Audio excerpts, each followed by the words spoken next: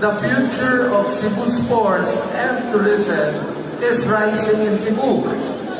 Just this morning, I visited the fantastic, unbelievable, world-class, mega Cebu SN Seaside Coliseum that will open, I was told, on June 26, 2026.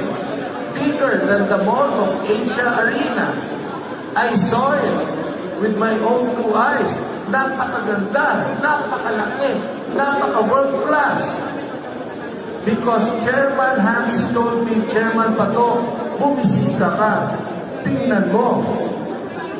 So, that means maybe the Philippine Sports Commission, with the support of the Philippine Sports Commission commissioners, especially with the presence here of your kababayan, Commissioner Ed Haico, that means maybe we have to bring a FIBA game here in Cebu. Maybe we have to bring a Gilas game here in Cebu. Maybe we can do it in February for the next window. Kung gusto nyo lang naman. Gusto nyo ba, President John? Gusto nyo ba ang Gilas maglaro sa Cebu? Maybe. I was whispering to President John, let us work and build new tennis courts in Cebu.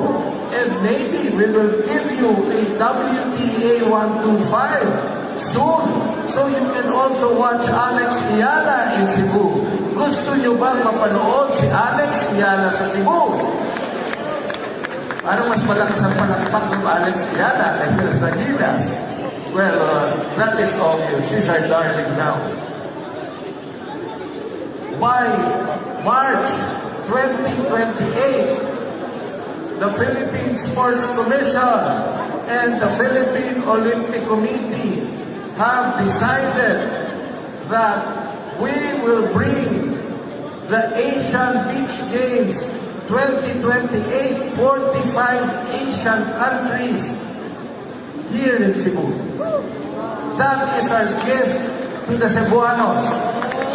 That is more than 3,000 foreign athletes, more than 19 sports disciplines, and they will all compete here in Cebu in your beautiful SRP that I remember former Mayor Tommy Osmeña built in the early 2000s. His dream come true, and it deserves all the recognition now with the fantastic development. So I'm sure in the next 2 years, the Queen City of the South will show its mark as a national powerhouse of sports and tourism. It will be the centerpiece in realization of our vision for Philippine sports, from grassroots to gold, from gold to greatness.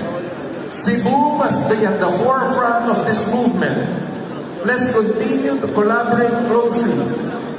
It will be Cebu's gift to national renewal, and it is PS's gift to Cebu.